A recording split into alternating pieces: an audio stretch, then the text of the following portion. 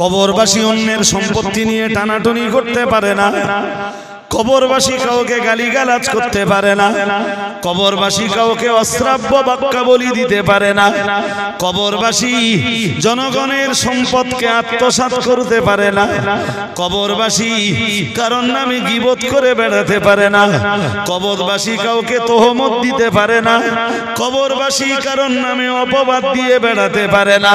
প্রিয় নবী মুহাম্মদুর রাসূলুল্লাহ সাল্লাল্লাহু আলাইহি ওয়াসাল্লাম আমার আল্লাহর নবী জানিয়ে দিয়েছেন, তুমি যেদিন থেকে ভাবতে শিখবে তুমিও কবরবাসীদের অন্তর্ভুক্ত, এমন কথা তোমার জবান দিয়ে কখনোই বার হবে না যে কথায় জনগণ আঘাত পেতে পারে। তুমি কাউকে তোহমত দিয়ে বেড়াতে পারবে না, নামিমাতের গুনাহ তুমি করতে পারবে না, গীবতের গুনাহ তুমি করতে পারবে না, তুমি কারোর উপরে তোহমত চাপাতে পারবে না, কারোর মাল তুমি অন্যায়ভাবে আর আত্মসাৎ করার সাহস পাবে না। যখন তুমি ভাববে আমিও মারা গেছি, আমিও কবরবাসীদের অন্তর্ভুক্ত, না না না না না, কাউকে ছোট মোটা তুমি বলতে পারবে না, কাউকে গালিগালাজ তুমি দিতে পারবে না। প্রিয় নবী মুহাম্মদুর রাসূলুল্লাহ সাল্লাল্লাহু আলাইহি ওয়াসাল্লাম আল্লাহ পাকের নবী বললেন, ও আমার সাহাবীরা মনে রাখো, আমি মুহাম্মদুর রাসূলুল্লাহ সাল্লাল্লাহু আলাইহি ওয়াসাল্লাম বলছি, ওয়াউদ্দা নাফসাকা মিন আহলিল কুবুরি। আল্লাহ পাকের রাসূল বললেন, তুমি সব সময় ভাবতে থাকো, সব অবস্থায় ভাবতে থাকো তুমি কবরবাসীদের অন্তর্ভুক্ত।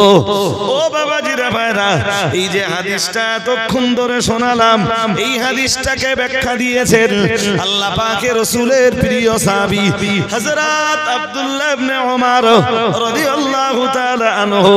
উনি একদিন ওনার নাফে নামীয় শিষ্যকে ডাকলেন, নাফে নামীয় শিষ্যকে ডেকে বললেন, নাফে নামীয় শিষ্যকে ডাক দিয়ে প্রিয় নবী মুহাম্মদুর রাসূলুল্লাহ সাল্লাল্লাহু আলাইহি ওয়াসাল্লামের জবানি মোবারকের এই হাদিসটা শোনালেন।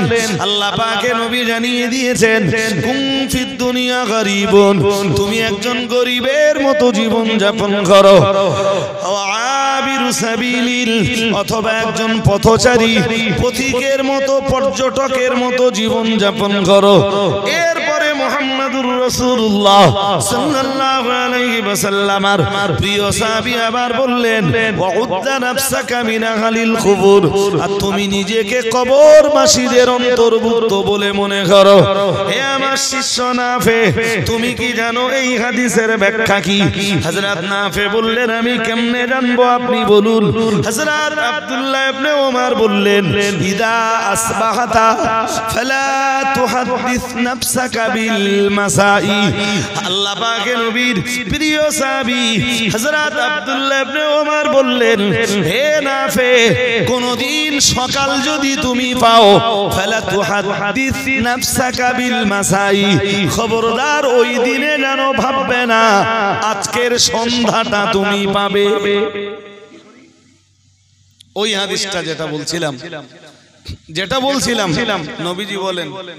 নবীজি বলেন তুমি একজন গরিবের মতো জীবন যাপন করো, অথবা একজন পর্যটকের জীবন বেছে নাও। সুবহানাল্লাহ।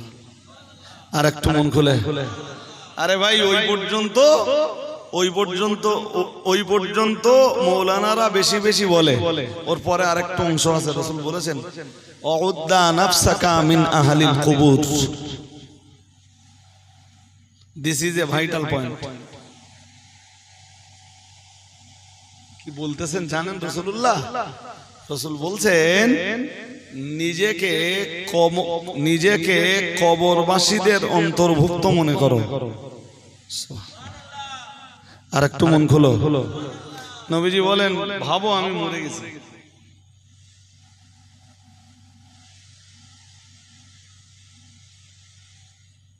তো এই কবরস্থান কেন্দ্রিক বা কবরবাসীদের মাগফিরাত কেন্দ্রিক আয়োজিত মজলিসে বসে আমার কাছে আপনি আর কি চান?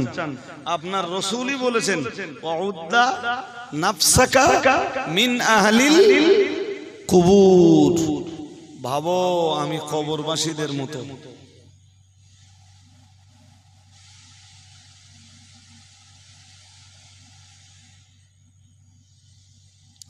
কবরবাসী অন্যের সম্পত্তি নিয়ে টানাটুনি করতে পারে না, কবরবাসী কাউকে গালিগালাজ করতে পারে না, কবরবাসী কাউকে অশ্রাব্য বাক্যাবলী দিতে পারে না, কবরবাসী জনগণের সম্পদকে আত্মসাৎ করতে পারে না, কবরবাসী কারণ নামে গীবত করে বেড়াতে পারে না, কবরবাসী কাউকে তোহমত দিতে পারে না, কবরবাসী কারণ নামে অপবাদ দিয়ে বেড়াতে পারে না। প্রিয় নবী মুহাম্মদুর রাসূলুল্লাহ সাল্লাল্লাহু আলাইহি ওয়াসাল্লাম আমার আল্লাহর নবী জানিয়ে দিয়েছেন, তুমি যেদিন থেকে ভাবতে শিখবে তুমিও কবরবাসীদের অন্তর্ভুক্ত, এমন কথা তোমার জবান দিয়ে কখনোই বার হবে না যে কথায় জনগণ আঘাত পেতে পারে। তুমি কাউকে তোহমত দিয়ে বেড়াতে পারবে না, নামিমাতের গোনা তুমি করতে পারবে না, গীবতের গোনা তুমি করতে পারবে না, তুমি কারোর উপরে তোহমত চাপাতে পারবে না, কারোর মাল তুমি অন্যায়ভাবে আর আত্মসাৎ করার সাহস পাবে না। যখন তুমি ভাববে আমিও মারা গেছি, আমিও কবরবাসীদের অন্তর্ভুক্ত, না না না না না, কাউকে ছোট মোটা তুমি বলতে পারবে না, কাউকে গালিগালাজ তুমি দিতে পারবে না। প্রিয় নবী মুহাম্মদুর রাসূলুল্লাহ সাল্লাল্লাহু আলাইহি ওয়াসাল্লাম আল্লাহ পাকে নবী বললেন, ও আমার সাহাবীরা মনে রাখো, আমি মুহাম্মদুর রাসূলুল্লাহ সাল্লাল্লাহু আলাইহি ওয়াসাল্লাম বলছি, ওয়াউদ্দা নাফসাকা মিন আহলিল কুবুরি। আল্লাহ পাকের রাসূল বললেন, তুমি সব সময় ভাবতে থাকো, সব অবস্থায় ভাবতে থাকো তুমি কবরবাসীদের অন্তর্ভুক্ত। ও বাবাজিরা ভাইরা, এই যে হাদিসটা এতক্ষণ ধরে শোনালাম, এই হাদিসটাকে ব্যাখ্যা দিয়েছেন আল্লাহ পাকের রাসূলের প্রিয় সাহাবী হযরত আব্দুল্লাহ ইবনে ওমর রাদিয়াল্লাহু তাআলা আনহু। উনি একদিন ওনার নাফে নামীয় শিষ্যকে ডাকলেন, নাফে নামীয় শিষ্যকে ডেকে বললেন, নাফে নামীয় শিষ্যকে ডাক দিয়ে প্রিয় নবী মুহাম্মদুর রাসূলুল্লাহ সাল্লাল্লাহু আলাইহি ওয়াসাল্লামের জবানি মোবারকের এই হাদিসটা শোনালেন। আল্লাহ পাকে নবী জানিয়ে দিয়েছেন, কুম ফিদ দুনিয়া গরীবুন, তুমি একজন গরীবের মতো জীবন যাপন করো, আবিরু সাবিলিল, অথবা একজন পথচারী পথিকের মতো পর্যটকের মতো জীবন যাপন করো। এরপরে মুহাম্মদুর রাসূলুল্লাহ সাল্লাল্লাহু আলাইহি ওয়াসাল্লামের প্রিয় সাহাবী আবার বললেন, ওয়াউদ্দা নাফসাকা মিন আহলিল কুবুর, আর তুমি নিজেকে কবরবাসীদের অন্তর্ভুক্ত বলে মনে করো। হে আমার শিষ্য নাফে, তুমি কি জানো এই হাদিসের ব্যাখ্যা কি? হযরত নাফে বললেন, আমি কেমনে জানবো, আপনি বলুন। হযরত আব্দুল্লাহ ইবনে ওমর বললেন, ইদা আসবাহাতা ফালা তুহাদ্দিস নাফসাকা বিল মাসাই।